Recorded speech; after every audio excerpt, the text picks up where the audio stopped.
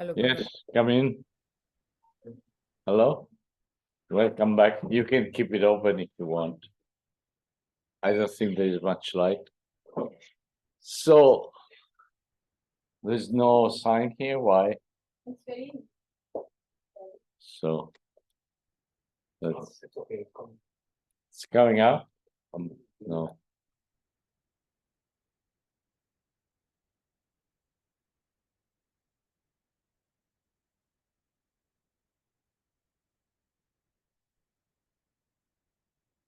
There's nothing going in here.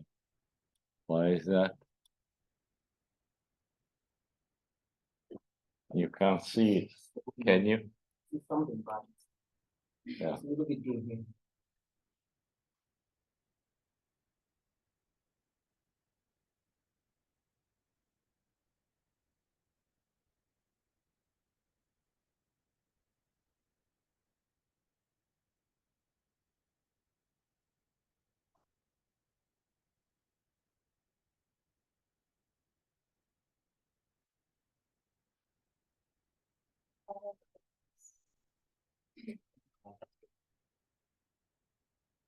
Sorry, I think there is one problem here in the classroom because we can't, the overhead projector doesn't seem to work appropriately.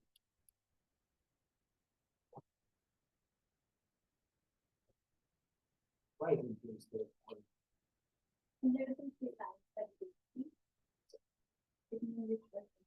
So, Pizarri, good afternoon. Sorry, we're taking it takes me some time because I can't find a way to.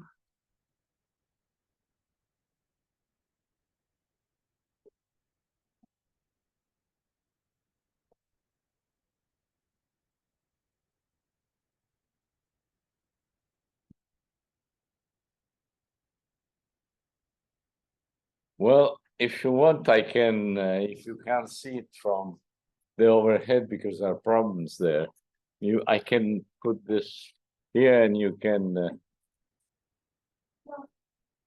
afternoon. Good afternoon. So come here because that doesn't work.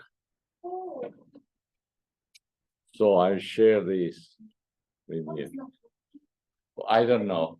It's a mystery. it was working first time it started. And Maybe there's some enemies of Porter, Porter and Kramer. no, No. because there is some little lines on the. Maybe Can I see that? no, that's not it. This is it. Ah, okay. Can I just try, Prof? Yes, or maybe yes. Yeah. I think Okay. you are more capable than I am. Ben, I don't know why it's not. this is not no signal. No signal, yeah. So I don't see why. Also in the secretary office, there's no one that can help us. Yeah, no. Unfortunately. Once upon a time, there was last year there was a person from the Ah, IT, okay. but then this year it's not. I mean, it doesn't come any longer. Would be there is that, but okay. Let's see if we are lucky enough. I hope it. Oh, it's not. It's Oh, working. she was popular. She became popular all of a sudden. So did you do? Just to duplicate the screen, the Yeah. windows here. Well, why and did they P. touch it and P? Okay, There's two and duplicate. of course. Yeah, but I don't see why. I don't know. What also. happens I don't know during also the why. night? I don't know. They come over and they have a party or what? Well, anyway, good thing. So, thanks to you.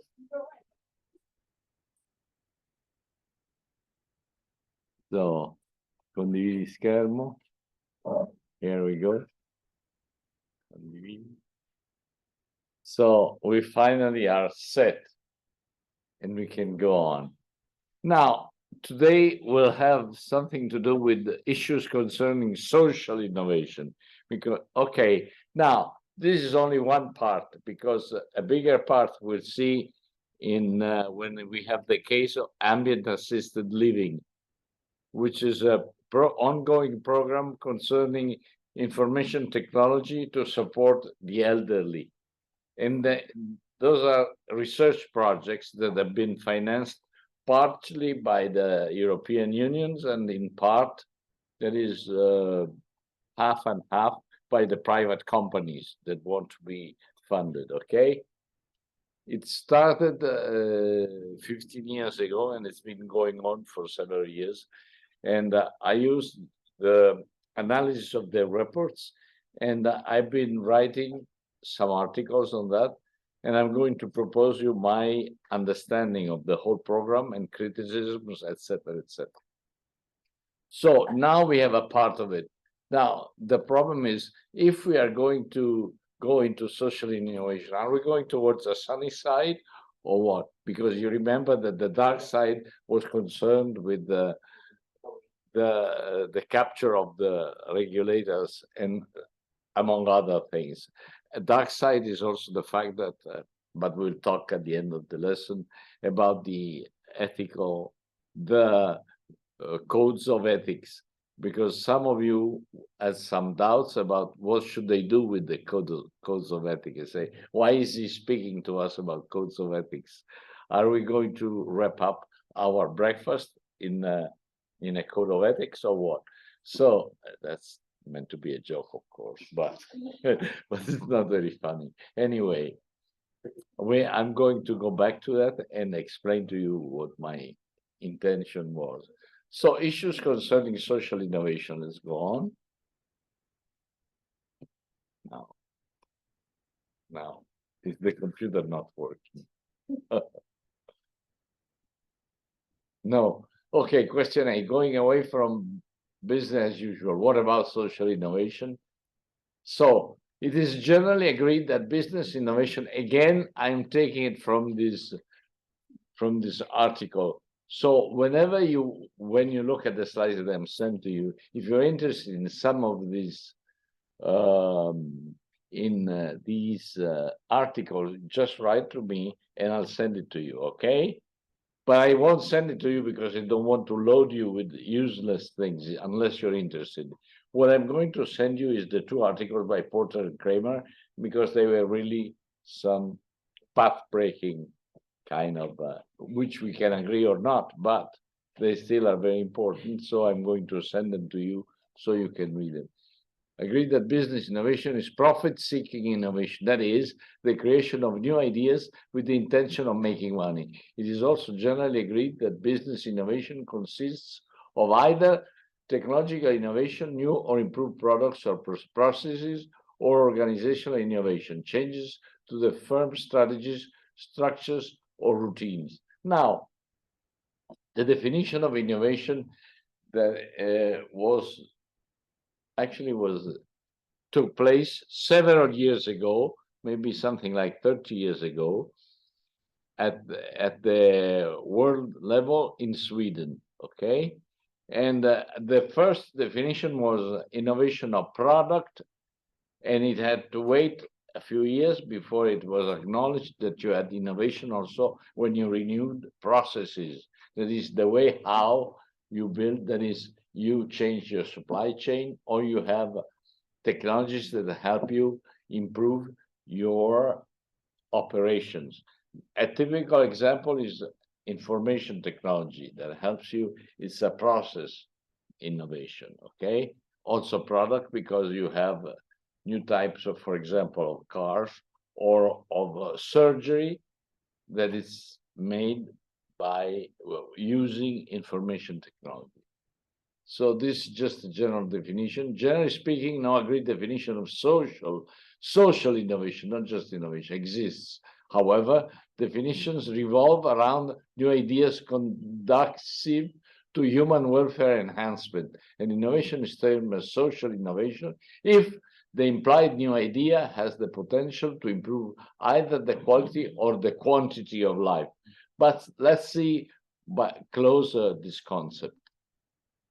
A desirable social innovation is one that in fact meaning there is convincing evidence, not just hearsay. We have to have convincing evidence. It means that you have tried that and it showed reliable results. Reliable means they've been tried for an appropriate number of times. And what does the appropriate number of times mean? That no drawbacks were shown in all the empirical studies, significant drawbacks, right? So after you tried it so many times, then it means, okay, it's safe, we can go ahead. So, or extend its life expect now improves. Now let's see here. The macro quality of life or extends the life expectancy.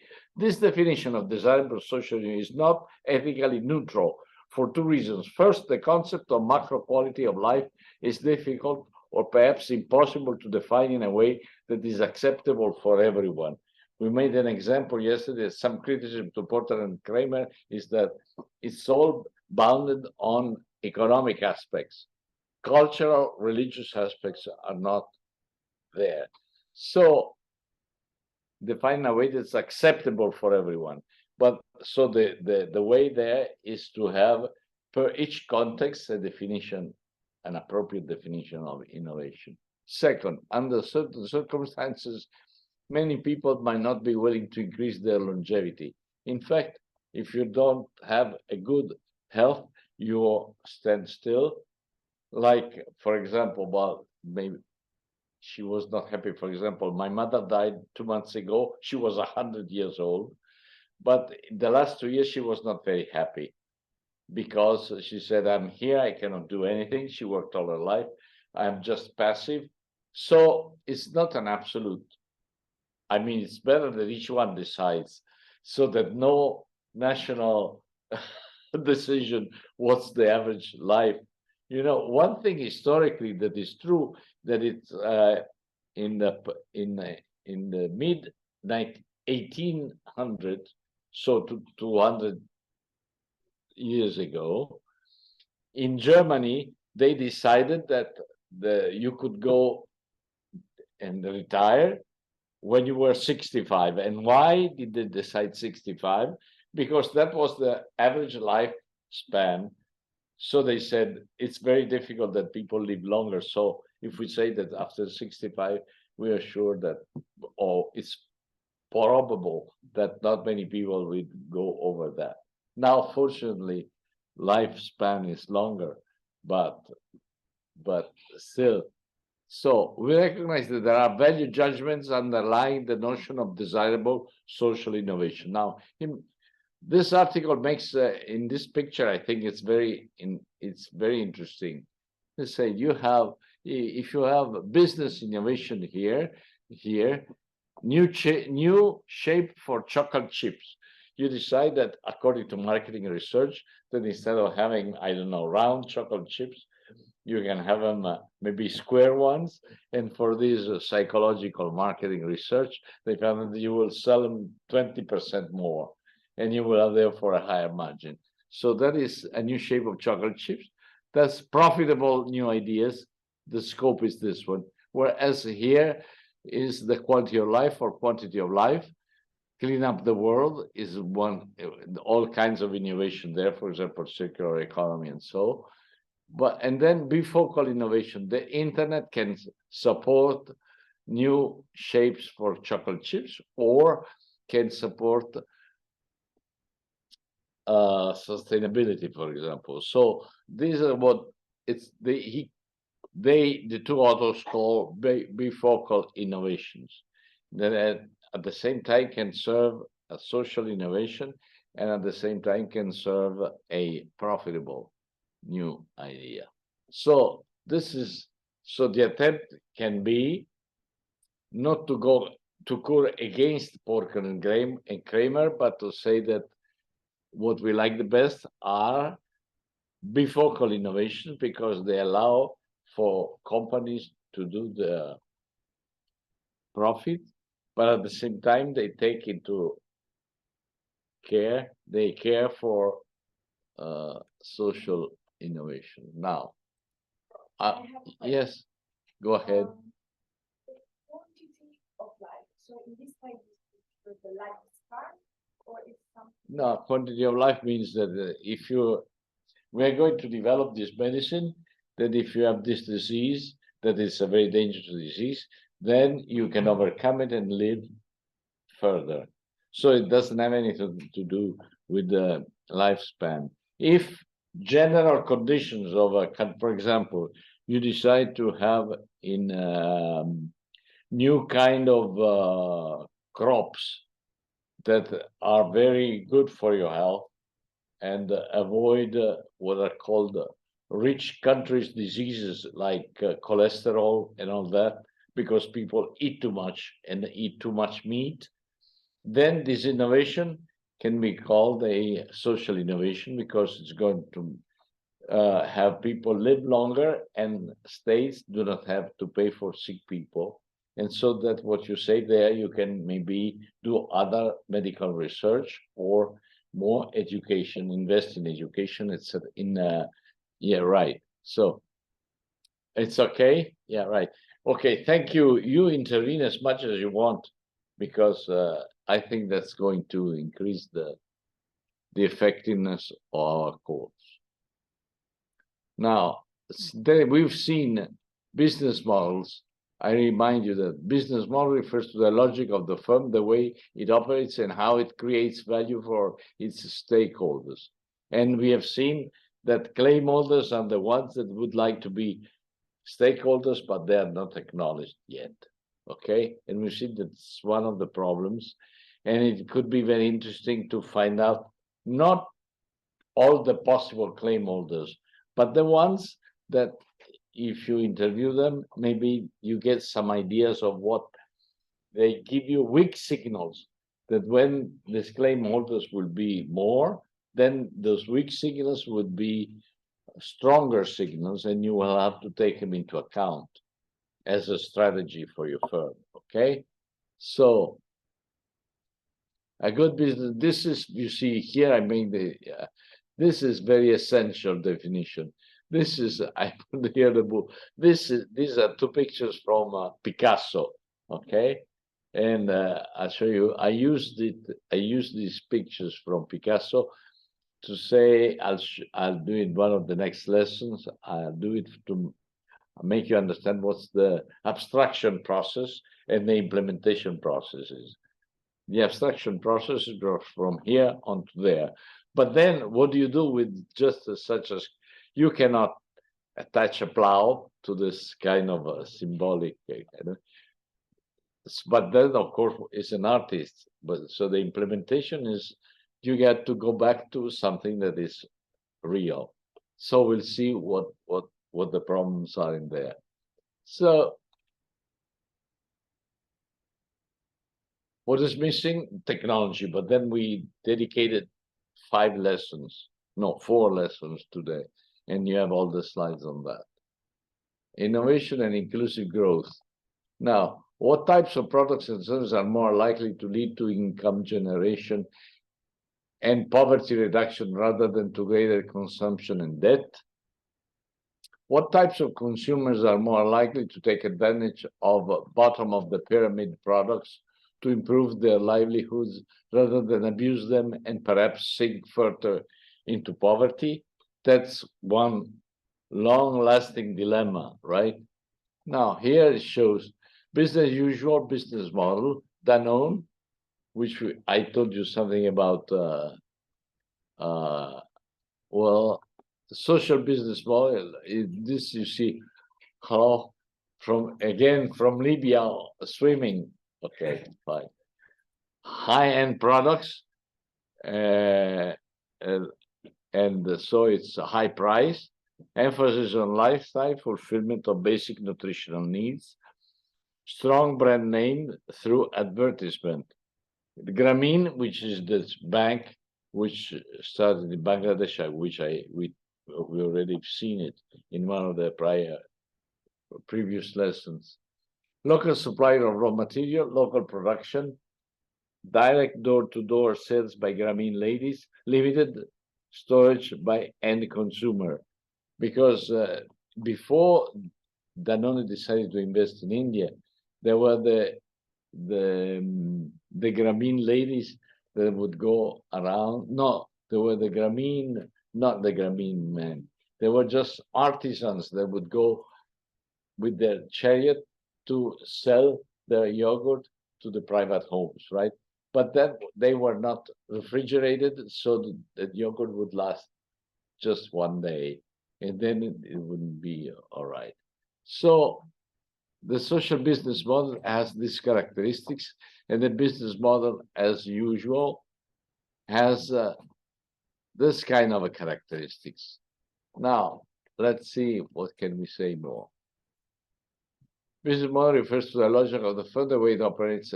That's what we said. Social business concept, a self-sustaining company that sells goods or services and repays its owners' investments, but whose primary purpose is to serve society and improve the destiny of the poor.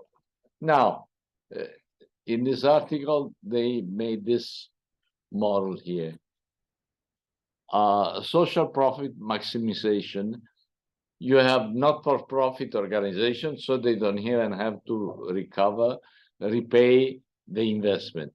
But social business instead, they have Grameen Bank, supposed has to be repaid by of what was lent to the people.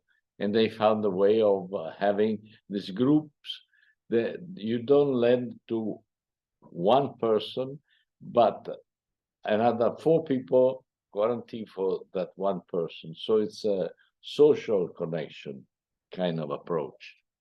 And they made good progress.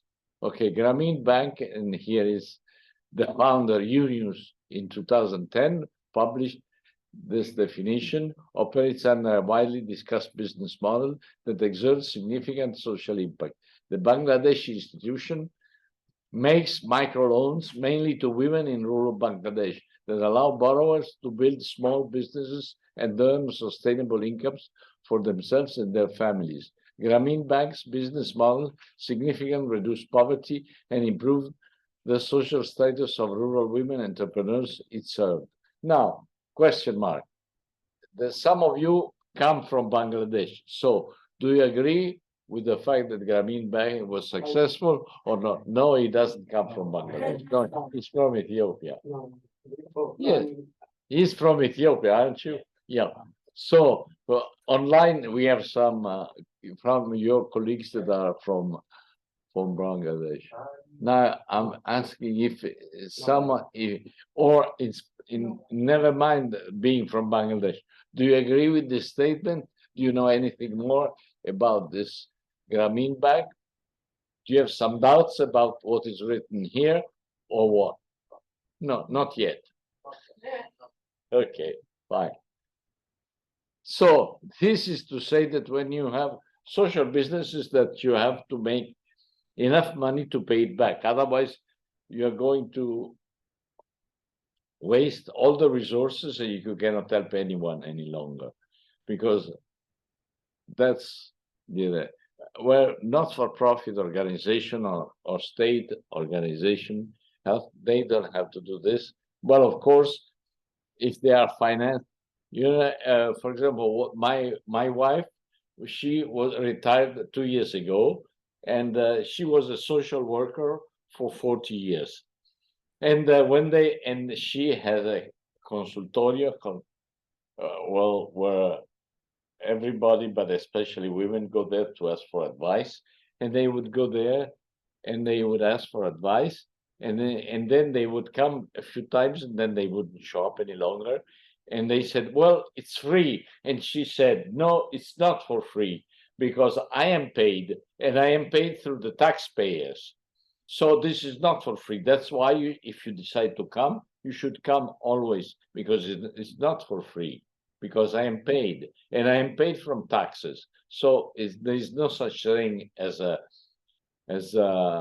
free kind of service. Either it's delivered by the state, by a non-profit organization, because a not-for-profit organization maybe is financed, like I am financing one non-profit organization that's called Emergency.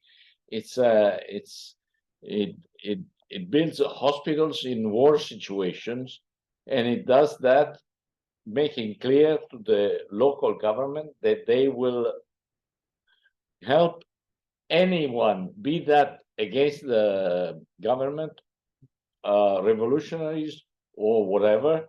If they are wounded, they just leave their weapons outside. They are going to be taken care of in spite of their religion, their ethnic basic, etc. For example, in Afghanistan, they built 6 hospitals. One is dedicated to the pregnant women, and they raise nurses and doctors, women doctors, because in the Muslim religion, a woman can be helped only by another woman, at least in Afghanistan, especially. And so they built this hospital. So I give them 10 euros every month, and I pay on it. They have my credit card. But so even not-for-profit organizations have to be financed on a philanthropic kind of attitude. But also, so their action is not for free. It is using whatever it comes from, So with this emergency usually makes it clear. So they never had problems. Only once, I don't remember in which country, really, I don't remember, in which they found, because, the local government can go and check if they have weapons or something, because they say we're going to help anyone, but the ones that carry weapons with them, they have to leave them outside. So in this country, the government went to check and they found some weapons. And of course, when you have these checks, the doctors of emergency are present because they don't want the soldiers to put some weapon and to say, you have it. So, but a few times they found that, so they decided we cannot work this way. So they left that country and they didn't work there any longer. Now I don't remember where that happened, but usually they haven't any problems.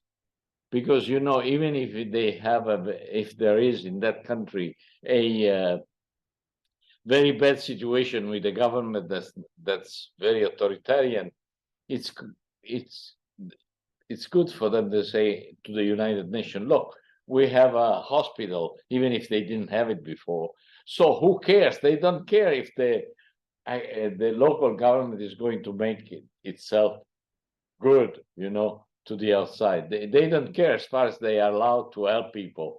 So, and this I think is another appropriate way. So the thing here, social business have repayment of invested capital, which is, this is no recovery of invested capital. So that these people working here have to find every time to renew their capital to invest in these activities. Okay. Now, these are all now this is the multinational companies and social business models. Let's see, dominant business model logic from now. Why did I write in red developed countries? I didn't want to cancel it. Now, I am not at ease with the term developed countries. And I would like to ask you, would you help me substitute, not in this article because he wrote it, they wrote it, but in general, what would be a more appropriate adjective instead of, can we use rich countries or what? Dominant, aggressive, what can we use? A more developed means that the non-developed countries need to be developed, but according to what criteria? So I would like to find a better word, but I think the more straight one is rich. You're rich. Powerful, it's another proposal. Anyone else online? So we have a proposal here. Dominant business model logics from powerful countries may need to be adapted and adjusted to the cultural, economic, institutional, geographic, and other features of this market. But multinationals may lack the tangible resources or intangible assets to address these challenges successfully. Collaboration with a non-profit, non-governmental organization may provide. Why does it say non-governmental organization? Because we can have this capture, this political capture.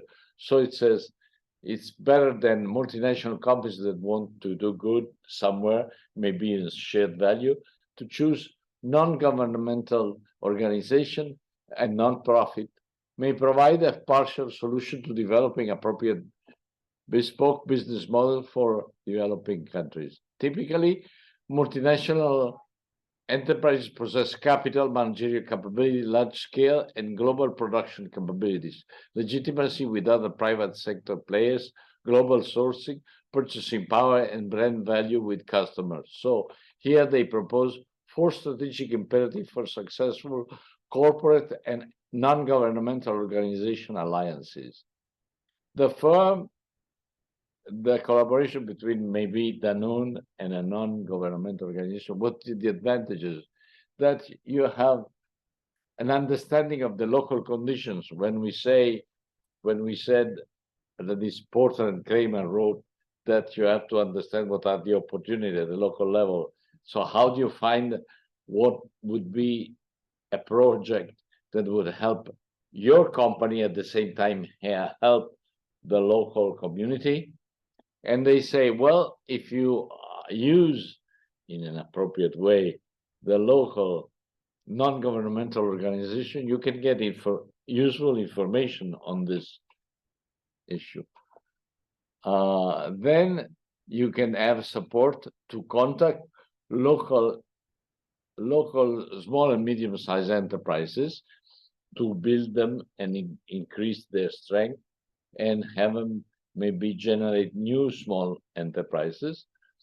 And then understand local infrastructure. That is, what are the reliable infrastructures, that is roads, which are maybe protected from large rains or hurricanes or whatever. And so that, and because that is not easy now with the geographic information system, you can have that from satellites, but still the interpretation of those data, it's better to have it from people living in there that know the situation and know how, for example, local workers, when you have hurricanes or other things, how can they are still able to go to work, or what happens. And maybe it would be a good idea if you invested money into a better road or a car. So all that can be done better, not only through a satellite that takes pictures, but by interacting between the multinational company and the local non-governmental organization, because they have more information, capabilities, and credibility with the local community. You have to be credible. You have to be, they have to believe that if that is the case, that you are doing that for some reasons which are not just for your own profitable endeavor, right? So in this work, they say that starting from this and that, they propose to have this model here. Is this a sunny side? Well, this is something towards better situation. You see, you don't have a silver bullet that resolves everything. You have to go step by step, and we're working on that. Well, for a short time, because up to, well, I would say even nowadays, colonialism or neo-colonialism is dominating, but it was without exceptions until 50 years ago. There were no exception, and even nowadays some multinational companies just don't remember that at least formally there is no more a colonialist approach, but that's just, a formal. So inclusive innovation. Now this is I already showed you this slide, but I want you to read it again, because this, as you know, I want you to be critical about what has happened. Read this, please.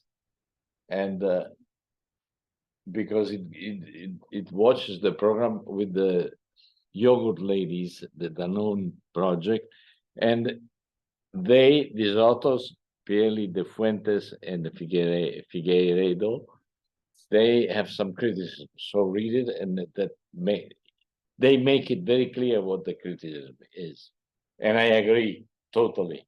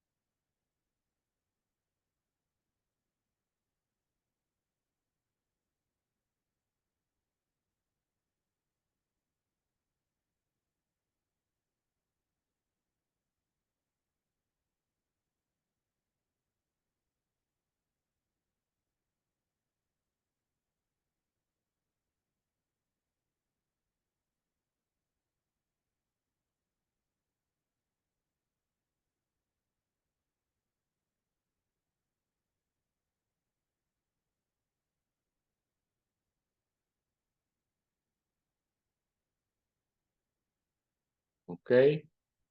Any comments? I'm a little bit slow. Okay, go ahead. We don't have to catch a train or a plane.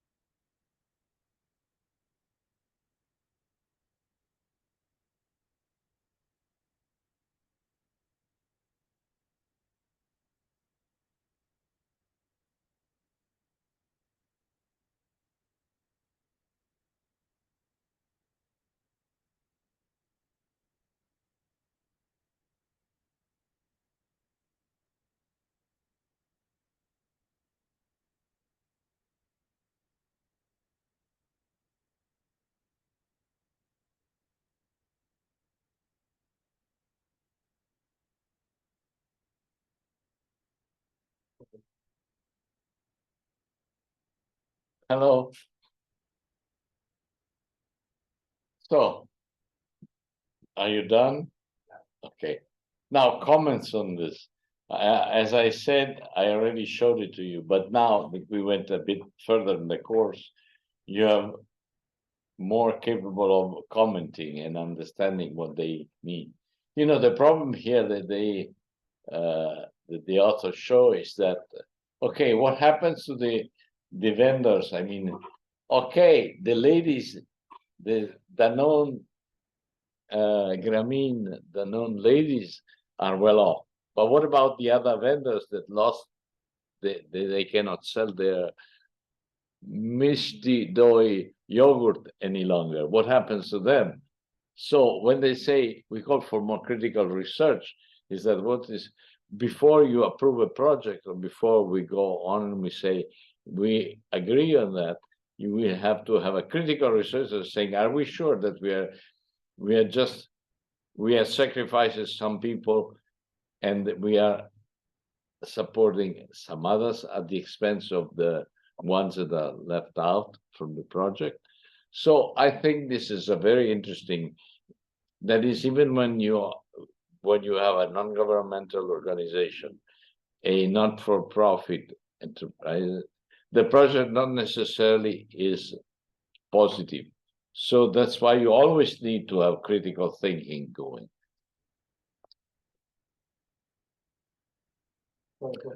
Yes, go ahead. So what's your take on this? Like, do you agree with this, that the GDFO experience with Bangladesh? Is it like not totally inclusive to you? This seems you assume it's not that totally the inclusive? problem is there. Because There is, my concern is when you want to innovate or maybe somehow you want to operate as a business, competition is inevitable, you know. So we mentioned this yesterday. Even if you want to innovate, somehow you have to consider cooperation and competition. yeah, And when competition come into play, then you have to look at the business that you are competing with, because like you could see, Mystic Toy is not regulated. It's not regulated per se. These are just normal roadside vendors. And then with this giant a company in the situation of GDF, which is regulated and more experienced, might actually somehow outcompete these local vendors You're that right. are not actually regulated. exactly. That's what their Yeah, so point is. so the inclusiveness, are we saying that the innovation or the existence of GDF is not inclusive? Or are we saying that this is just something that you cannot stop because this is competition? Somehow, if you want to operate, some people that do not have the capacity to compete with you or to operate like the way you're doing will be out of the water somehow. Oh, Mhm. so you're saying is that, yeah, okay, when we remember when I told you that there are 7 million people working in the carbon, in the coal mining, in the coal mining industry, and I said we cannot just ignore that we are going to go on renewables. What are we going to do with those 7 million people? How are they going to make a living? So we cannot ignore that. We have to imagine of these people that were having yogurt that was not protected by refrigeration, etc. Okay, what are we? Are they still going to sell the yogurt, or are we going to prohibit that? And what work are they? What job are they going to have? So that is a question mark. When you have to understand when you're undertaking a project, you have to understand all the wanted and unwanted consequences that is going to provoke. Otherwise, you're going good on one hand, but not on the. So on the fact that, in fact, in the 1930s, I told you about Joseph Schumpeter, who was saying that capitalism is meant to be a destructive creation way of doing economy, because for example, from the beginning of the 20th century, you had the chemistry that developed, but then they went through a crisis and a lot of people were laid off. And then you had the development of huge, large companies like Monsanto. And then Monsanto developed fertilizers, but some of these fertilizers are not good for us. So, I mean, you have the blanket is short, as you say. If you cover your shoulders, then your feet are going to feel cold. So what are you going to do? Is it true that it's a given blanket, or is just because we are not capable of imagining solutions? And are there enough people with the expertise thinking about appropriate solution that wouldn't leave these vendors out? Is that necessary? I mean, how many things were considered impossible 200 years ago, and now we have the internet, for example. So, do we think that these jumps in technology and science were due to aliens from Mars, or we think that it's different and were people that went to work on that, intelligent people and knowledgeable people like you are, interested in trying to find new ways to approach old problems. And of course they have to be supported, because if you're only one guru, going on top of a mountain and saying, oh, and he keeps on reading this, saying, oh, we have to go, that does not work. So once you have an idea, you have to find an agreement among people to support you, among people, and of course institutions, if they are not super corrupted by the regulator capture. So it's not an easy task. That's why at the beginning of the course I said that I'm not pessimistic, but I am skeptic, because every step we do we go forward, then we stop a second, and if we have critical thinking, we say, "Oh, it's good, but not that good," and so that helps us though, because this is, the people that these vendors that sold the Michigodoi, they, they made the living before. And then these Danone ladies came, and they were also supported by Grameen. Come on. So it was an unfair competition, right? Was it fair or unfair? I think that it would have been fair if some project was devised for these people to find a different job, or to support the ladies with something. Nestle, we spoke about the idea of Nestle that needed, in India, they needed the milk of the poor peasants, and we said that, and Porter and Kramer took that experience, said they decided that they would use trucks, refrigerated trucks, and they had the vets that would go and examine the cattle and say, "Oh, this is all right, but this would need to be supported because they are infected, etc., and so on and so forth." So, it's a matter. It's, as we said, and even circular economy is nothing easy. As you can, and you probably in all the other courses you've seen on your own, that it's not any. We have to go in that direction, but it's not an easy direction. It's not that we are going to have a stroll in the woods, all happy. No, but still, it's a direction that we have to take, because otherwise, it's like going into, a deep sea. No matter how good you are at swimming, you're going to drown because it's too large for you. So you better build a boat and do like in the 10,000 years ago, that they went from Latin America onto the Fiji Island and to other islands, into the Easter Island. Okay, so Sorry. yes. About that, from the beginning, we are supposed to consider all the aspects. For example, one of them that vendors, what should vendors do in this case? Yeah.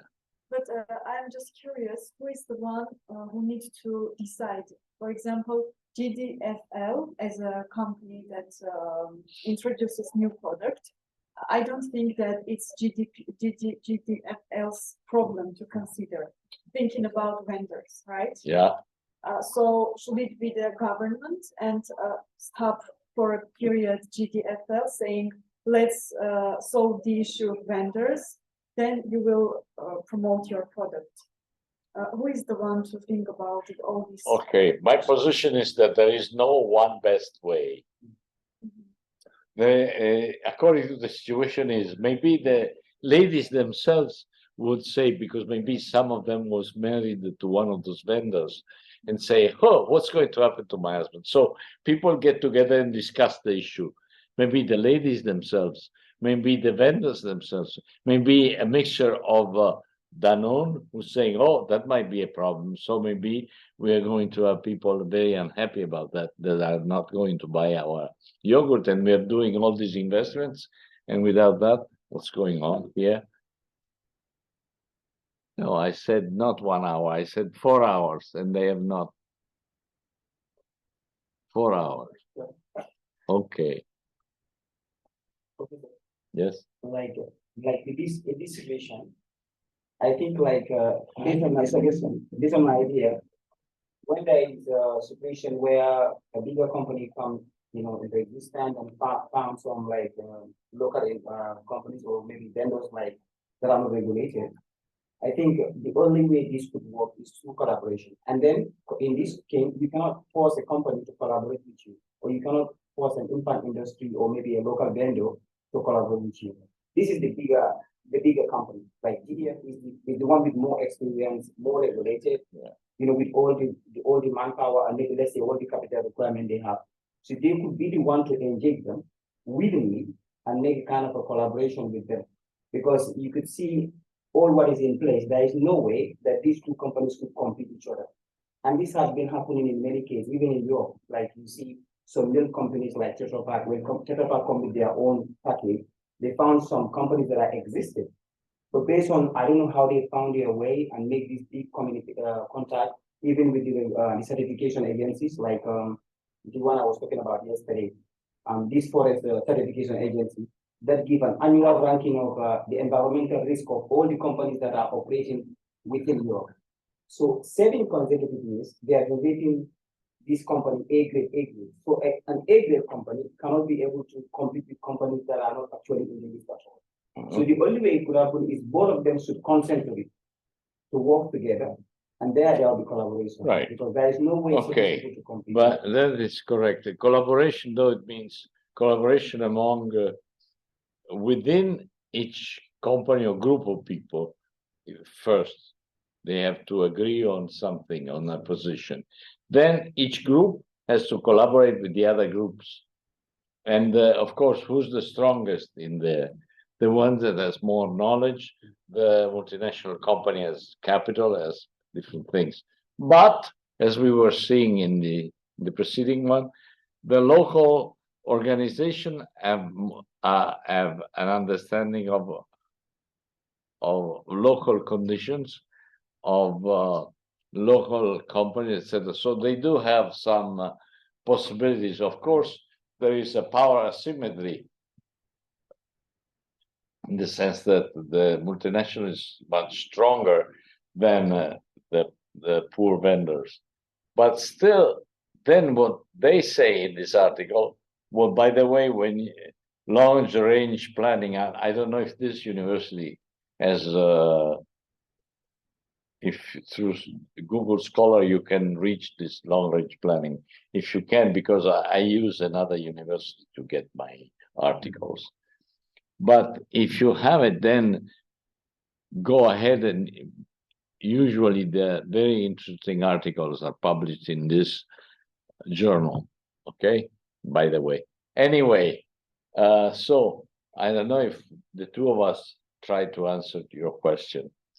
Yeah, right. But so it's like in the design. Okay, we're going to have a break. I know. Thank you. You know, it's the spirit of St. Louis. But no, but you know, in the design theories, what's coming up because of the reason you say, it's very difficult to foresee all the consequences of your action. So what now is which was found out that it's important, is to have a redesign in progress. When you see develop, because problems and issues are generated while you are implementing your projects. So that you have to think that you have to redesign continuously and therefore you have to understand that you have to have investments that are only partly dedicated to what you're seeing now. Because otherwise, because you're not God, right? You cannot see everything. Only God can see from his position what happens, right? Since you are not a divinity, you can only imagine what could happen and then look at reality and see and adjust. Like when you go on a boat, okay, I'm going too much in this direction, so I row more on that side. And that's, of course, these are stupid observations, but for example, this redesign in progress is in the case of the ambient assisted living. That's in the evaluation that was made after a few years on the projects that were carried out. That is one of the basic conclusions, because you cannot, especially with new technologies, with new applications, try to And that concerns information technology and new yogurt or food or anything, even worse here, because consequences are, if you don't develop an information technology that assists people, the elderly, still you can have other solutions. But in these issues here, it's very important that you don't make mistakes, because you cannot go back, It's like accidents that kill people. Then you can give them, the survivors, any money, but will never bring the people back. So that's why you have to be very careful and redesign by implementation. When you're implementing the project, then you have to redesign it. Okay, now we have 10 minutes, not an hour, 10 minutes, and we can go on for the rest. Okay, we'll see you in a while. I interrupted.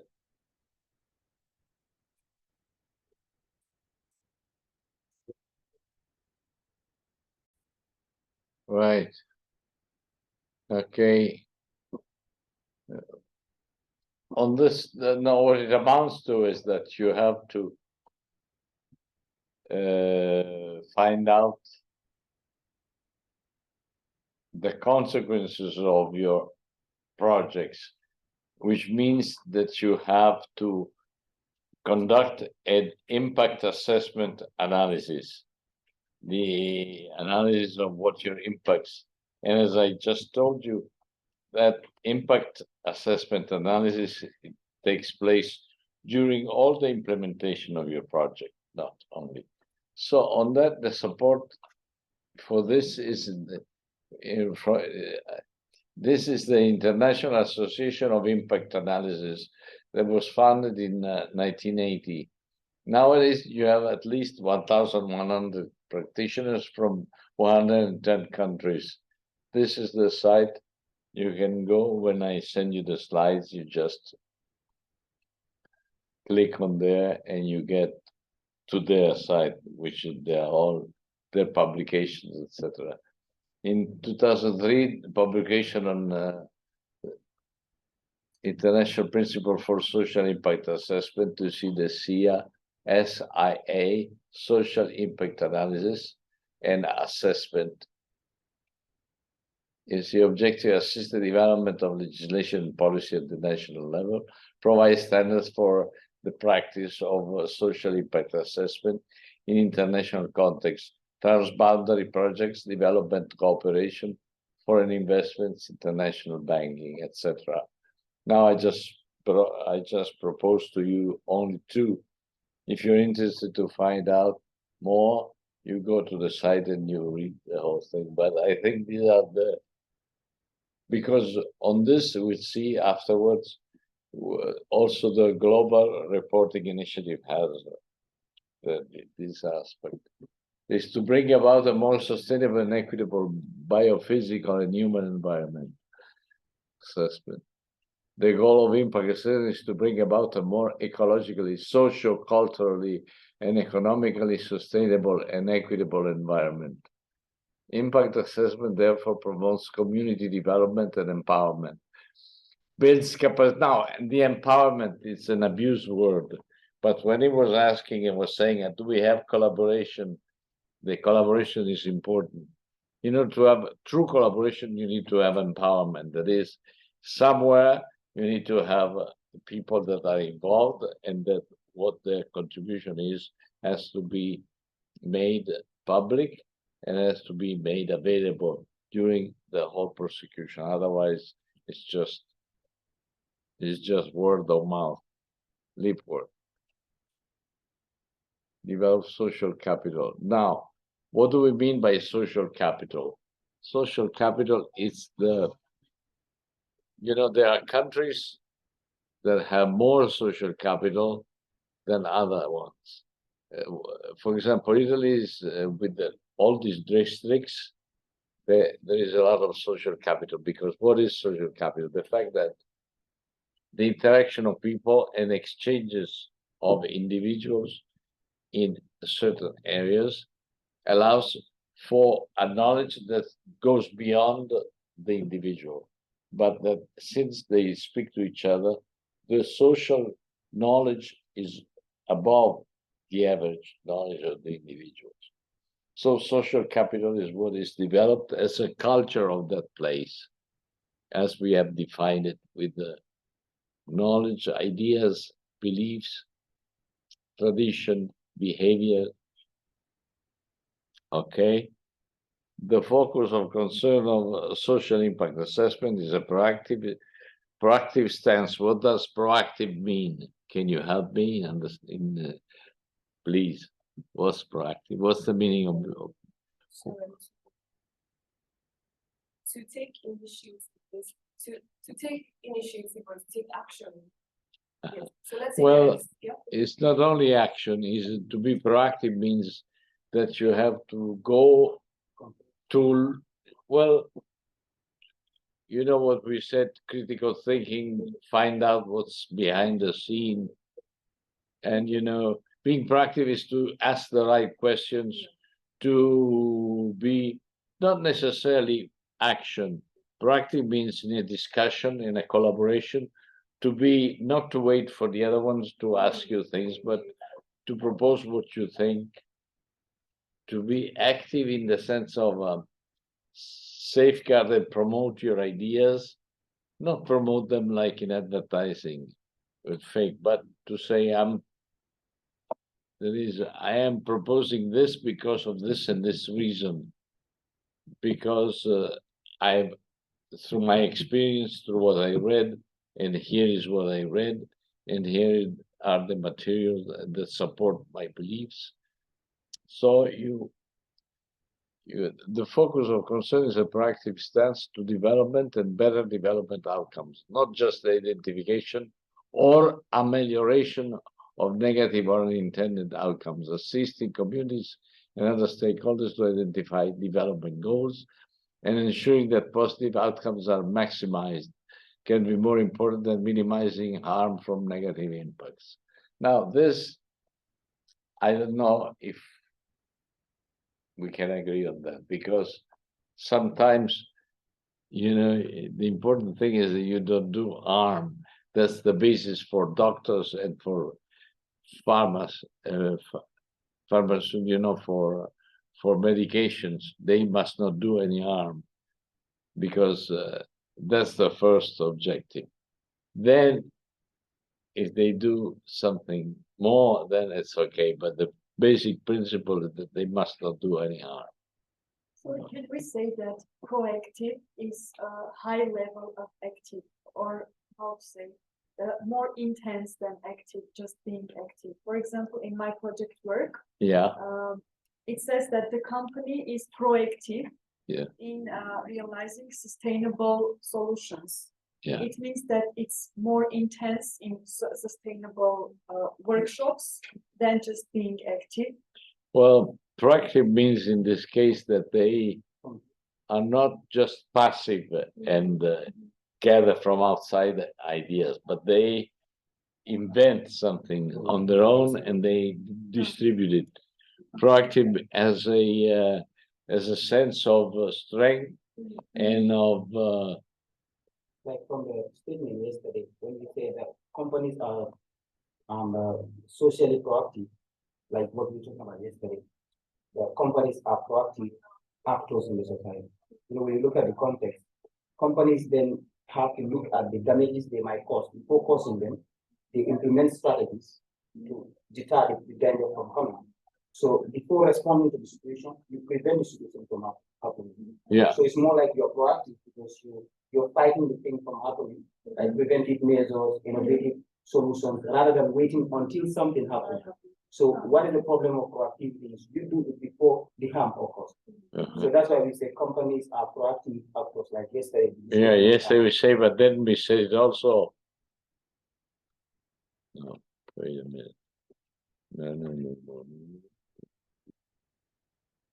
Wait a minute.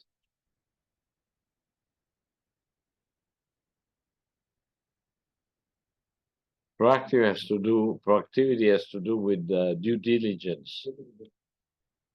You know, in Ruggie, we spoke about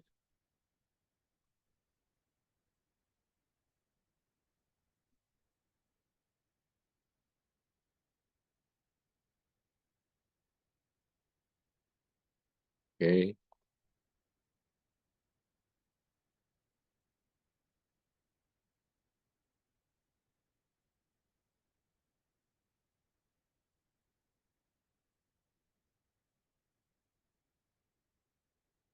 Okay, here is progress due diligence and human rights. You see, due diligence is cover to carry out due diligence, what is its scope? The process inevitably will be inductive or fact-based, but the principles guiding it can be stated succinct. The companies should consider three sets of factors. The first is the country context. You don't see it? Oh, we have to redo the trick. The way Vanessa. Yeah, Windows P, Windows plus P, it was, and duplica. Yeah. Doesn't have a good memory, this computer. No. Okay. The first is the country context. The second is what human rights impacts on their own activities. Now, this is specific on human rights, but due diligence, you have due diligence. I mean, Ruggie did not invent it for the United Nations. Due diligence is applied when you, for example, for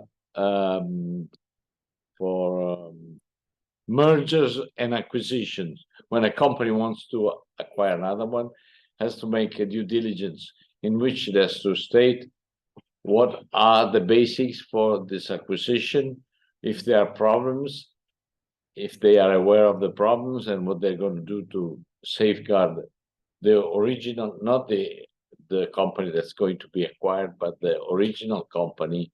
Because if you acquire another company and you go bankrupt, that was not a good idea. So due diligence is that you have to understand what the real situation is and therefore act. So being proactive means all of this. This is applied to human rights, but now we are focused on social innovation with a wider. So let's go on. Then we'll go back to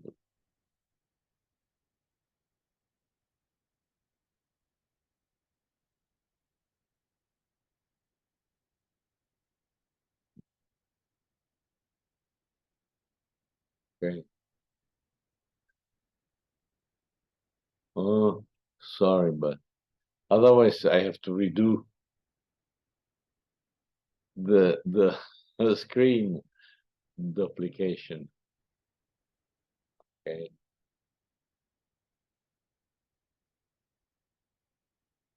This is where we were. Right. We're almost there. Okay. Now let's see what Greece says about this issue of impact assessment. You know, there are all the 400, the group 400. You have, I think I sent you the whole 800 pages of the degree, so you can use them. You don't have to study them, just use it as a reference, okay? For example, here, if we take local communities, you see, this is some items that are, if you go on 413, or anyway, you look for local communities, I don't know if it is 413 or some other one. The level of socioeconomic development, including degree of gender equality within the community, the state of socioeconomic infrastructure, including health and education infrastructure, proximity to operations. So if you're going to hire, for example, if you let certain types of people that have a specific role in those community, it's like you take them away from their role in that community. So you have to think it's not just a matter of, well, but before they didn't have a money. The thing is that you have to take into consideration who's going to work for your company. It's not going to have the amount of time it had before and the role it was having in the local community. So that is something that you have to consider. if you have to have an appropriate analysis. Because not always the money that's going to be earned by that person is going to balance the time that's taken away from that community, you see? So this is like in all the now the reason why the global reporting initiative is the most used because it's very analytical and it has all the international legislation at the end of each of these paragraphs.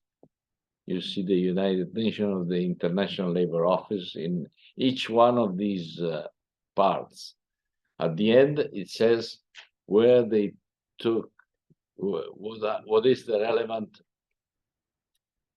positions of international bodies, United Nations, International Labor Office, etc. Okay.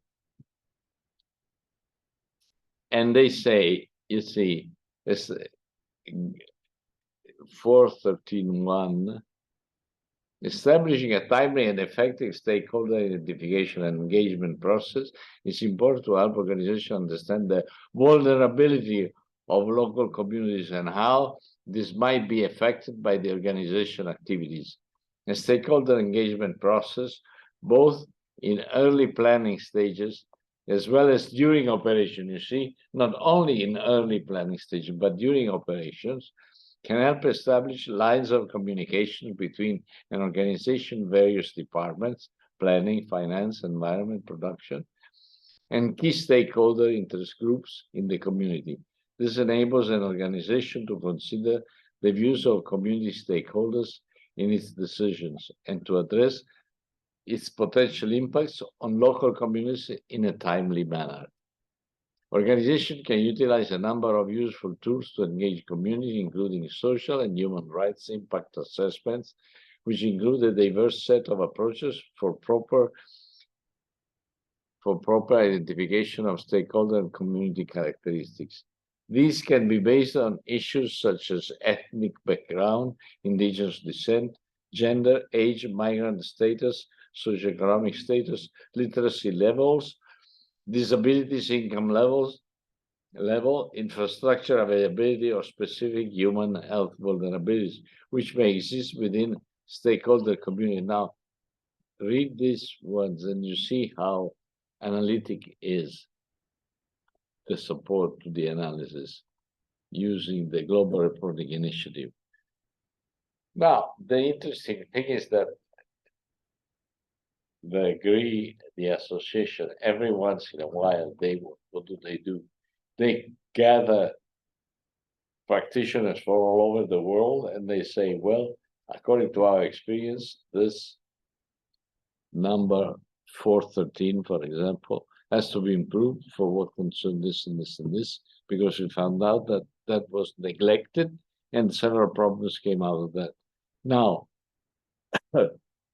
that can be the experience of one expert from one country. So the issue, by staying together, they say, am I the only one that found this problem? If they all agree that that is a problem because it might happen in another situation, then that is assumed as a change in the Global Reporting Initiative standards. So that's how they do it. So it's all taken from practice. So it has an helicopter overview in the sense that it uses positions from United Nations and from other international organizations, but it's built on the practical actions made by companies, by NGOs, and from whatever experience the experts have developed during their working in these areas, right? So that is why it's rather interesting to have the. Now I want to go back since we stop here for with the new things. Because next week we're going to tackle the fact of power, control, and conflict, and we'll have. You went back, huh? You went back to Libya for just keep. Okay. Now I want to go back to as you found some problems with the codes of ethics, I want to go back to it and tell you why I decided to have this focus on this issue. Now,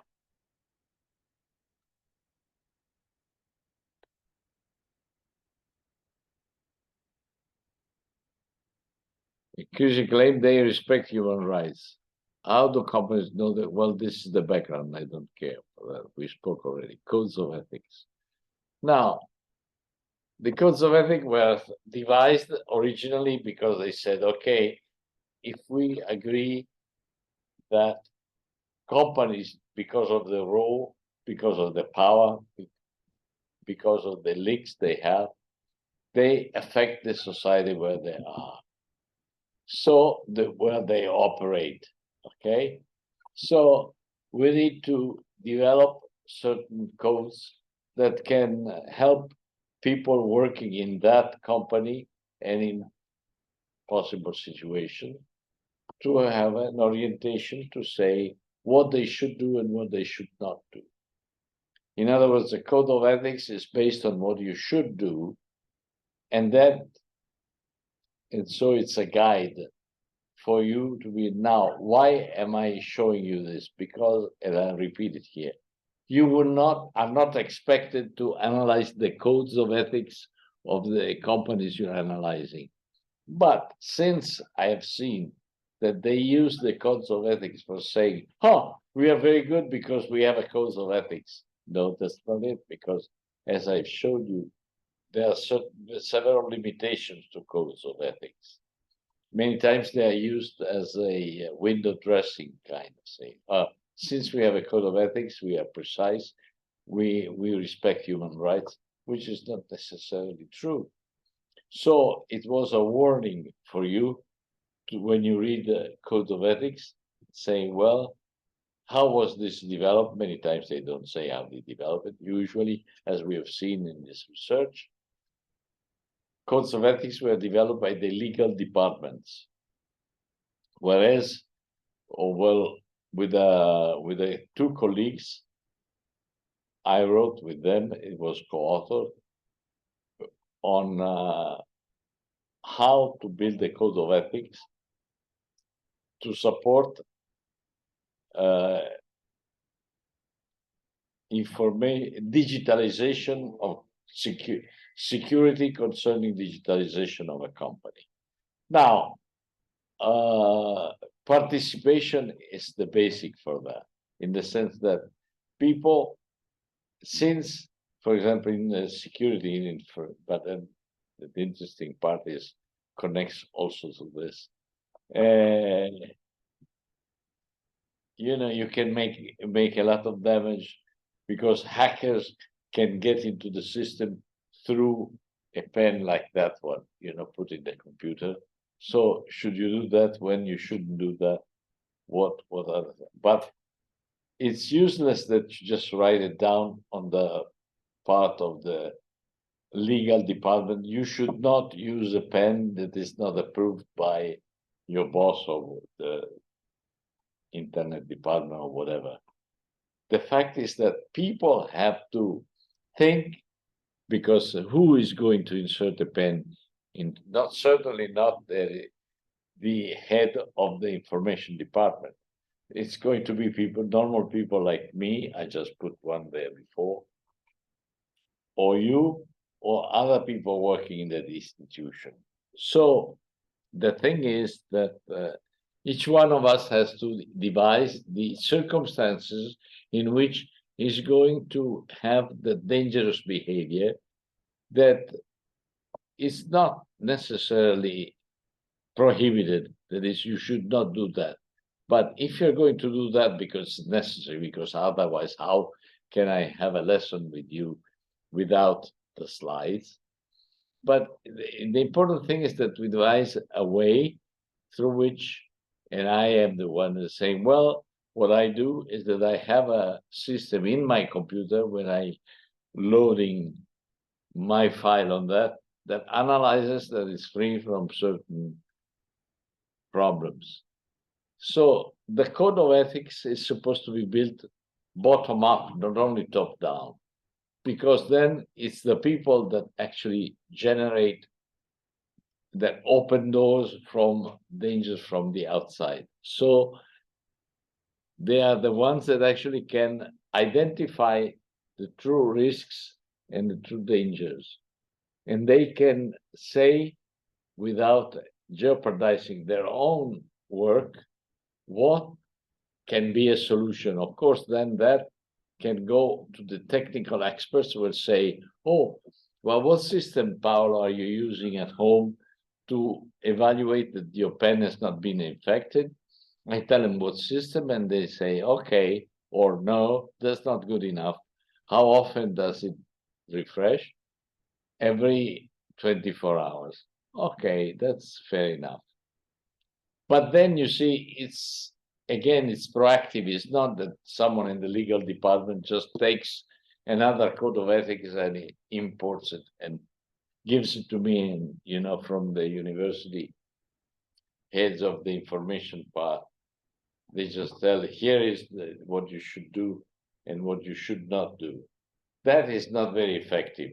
It should be made through the participation of everybody, that we get together and say, what happens if when I do certain things, or I use the computer in a certain way, I connect to certain sites, etc., etc. So the criticism that is made here to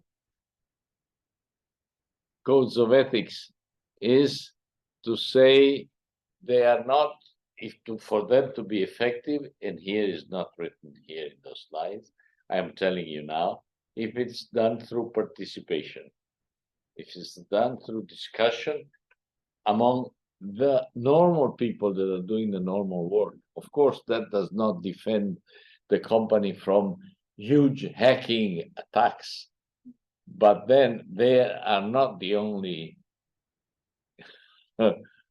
way to endanger the company, right? So you can take care, your technical department takes care of the huge internet attacks. You know, there are certain attacks that they ask for ransom. They say they put into attack, for example, with hospitals. They say, we have attacked your system.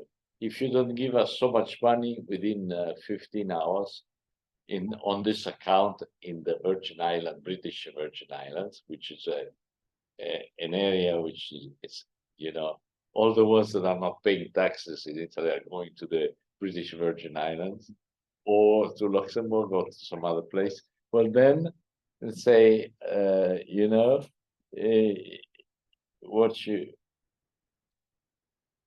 then you say, if you don't give us the money within so many hours, we are going to block all your survival systems so that all the people that are in great life danger will die, and it will be your responsibility, your ethical responsibility.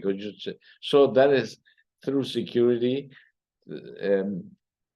There's ransom that is being requested to hospitals and to other very sensitive kind of institutions.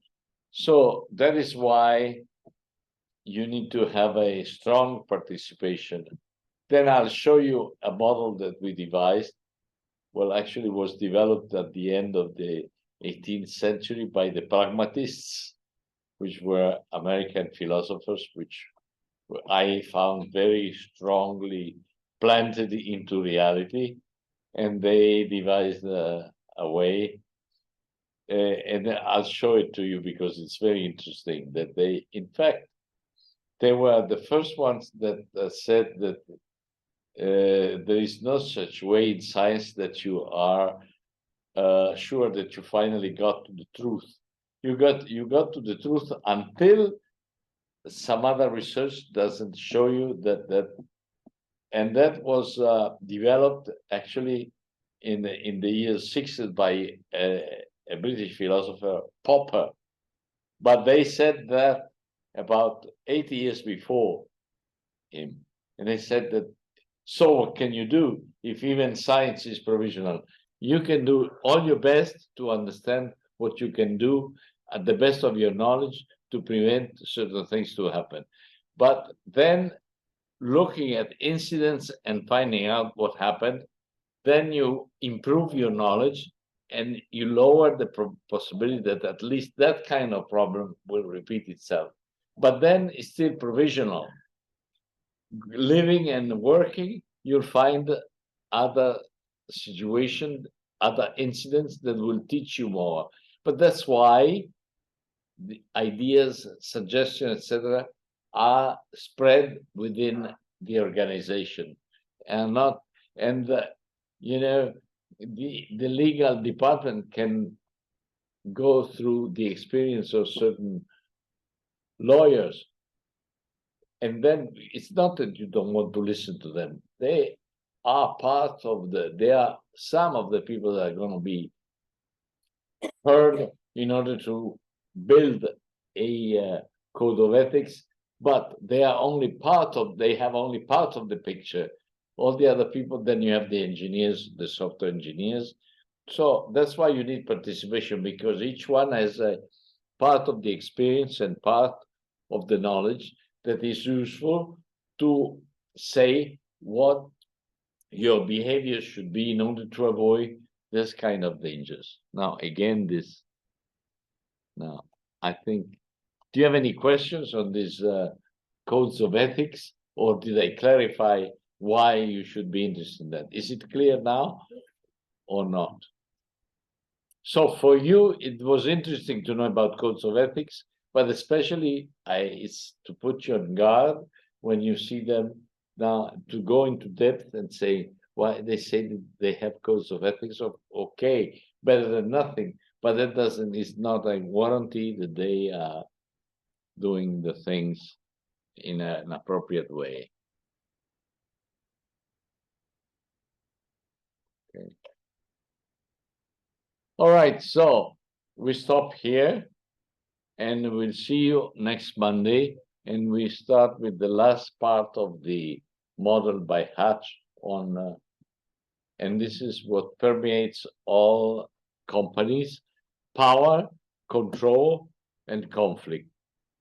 And we'll see and we'll reflect on that, and we'll start thinking about it. We'll go on with our thinking. Okay, right.